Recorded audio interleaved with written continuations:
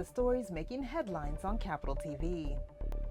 President Uhuru Kenyatta has directed that the curfew imposed in north and northeastern Kenya be lifted so to ensure Muslims fulfill their religious obligations without impediment during the month of Ramadan.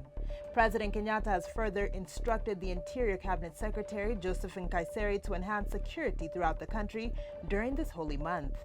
The head of state called on all Muslims countrywide to be vigilant and cooperate fully with the security agencies during this period. In this context, the security agencies will review all measures, including the current curfew, in the counties of Mandera, Wajir, Garissa, Lamu, and Tana River. In the same light, and aware that the enemies of our country may wish to exploit this season, I call upon the entire Muslim fraternity and its leadership to remain vigilant and do everything in their power to cooperate with the security agencies in order to safeguard this holy month. President Kenyatta says 13 hawalas will also have their suspensions lifted upon compliance with central bank guidelines.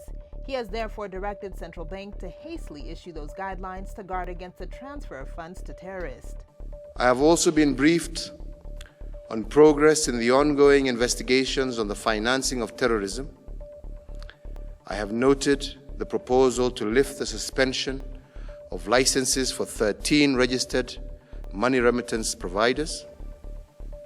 In the light of this, I direct the Central Bank of Kenya to immediately issue comprehensive regulations that guide the operations of MPRs upon which their suspension would be lifted.